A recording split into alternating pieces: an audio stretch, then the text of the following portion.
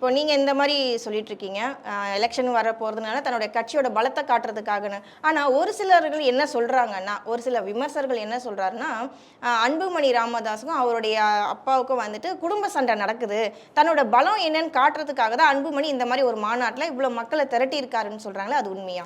அவங்க 2 பேருக்கும் இருக்கிற இஷ்யூ நமக்கே தெரியும். 2 பேருக்கும். அதாவது அதுவும் குடும்ப பிரச்சனை தான். அன்புமணியோட பெரிய அக்காவோட பையன் தான் முகுந்தன்.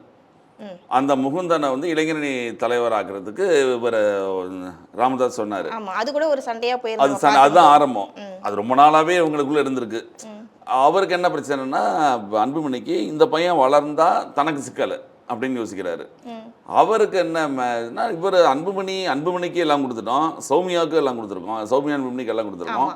இன்னொரு பேரன், அந்த பையன் வந்து பேரன், அவர் வந்து பேரன் ராமதாஸுக்கு. அப்படிங்கும்போது அவரால் விட்டு கொடுக்க முடியல. இந்த குடும்ப பிரச்சனை எல்லா கட்சியிலையும் இருக்கு, தேமுதிகலையும் இருக்கு, இதுல திமுக வெளியில சொல்ல முடியாத அளவுக்கு இருக்கு. திமுக வாரிசு அரசு இல்லாமல இருக்கு, நமக்கே தெரியுமே, கண்ணுக்கு முன்னால தெரியுமே. இங்க இஷ்யூ வந்து அப்படியே வெளியில வந்துருச்சு. அதனால தான் பலத்தை காட்டுறதுக்குன்னு யோசிக்கிறத விட இவங்களுக்கு இப்போ முக்கிய தேவை என்னன்னா, தன்னுடைய பலத்தை காட்டணும். யார்கிட்ட காட்டணும்னா மற்ற அரசியல் கட்சிகிட்ட காட்டணும். கூட்டணி பேச்சுவார்த்தைக்கு உங்களுக்கு தேவை அது. அதற்கான முயற்சி தான் இது.